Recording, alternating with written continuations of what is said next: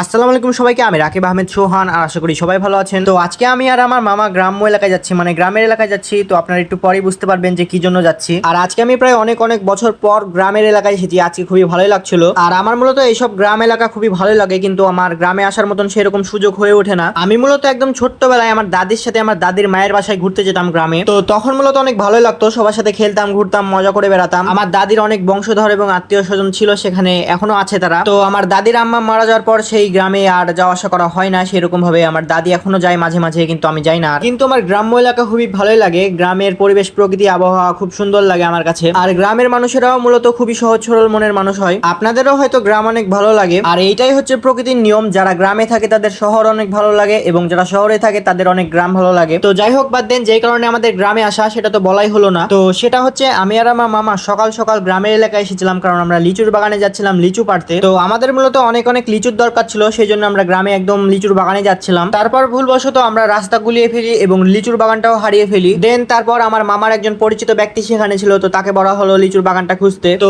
সেইভাবে অনেকক্ষণ থেকে ফোন দিয়ে খোঁজাখুঁজি করছে, অনেকজনের কাছে জিজ্ঞেস করছে যে লিচুর বাগান কি এখন ফাঁকা পাওয়া যাবে কিনা, লিচু এখন আছে কি নেই। তো অনেক ফোন দেওয়ার পর সে লিচুর কোনো গাছ ফাঁকা পেলো না। তো তারপর সে বললো এখনো একটা গাছ ফাঁকা থাকতে পারে, তো আমাদেরকে সেখানে যেতে বললো। না, সামনে আরেকটা ব্রিজ আছে, ওই যে বায়ারহাট পার হয়ে যে স্কুল আছে না, বায়ার স্কুল, মানে মেন রোডের সাথে। না না, এই রোডে পেপার দেখতে না তোমরা? খাল গেল না, খাল নদী। ও ব্রিজ মানে হাটের আগে।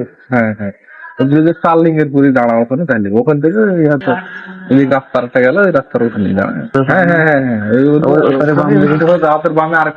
তো তারপর আমরা সেখানে যাই, কিন্তু সেখানে গিয়ে আমরা কোনো লিচুর গাছ বা লিচু টিচু আর পাই না। আর আমরাও একটু বোকামি করেছি, আমাদের আরো অনেক দিন আগে আসতে হতো, আমরা অনেক দিন পরে এসেছি, আমরা একটু বোকামি করে ফেলেছি। তো আজকে আমরা ব্যর্থ হয়ে পড়েছি, আমাদেরকে খালি হাতেই ফিরে যেতে হচ্ছে। তো ব্যাপার না, এখানে হতাশ হওয়ার কিছুই নেই, আবারও হবে নেক্সট টাইম। তো টাটা, আবারও দেখা হবে। তো আজকের ভিডিওটা এই পর্যন্তই, দেখা হবে পরবর্তী ভিডিওতে। ততক্ষণের জন্য ভালো থাকবেন, এবং আমাদের পেজটিতে যারা নতুন তারা অবশ্যই ফলো দিয়ে যাবেন।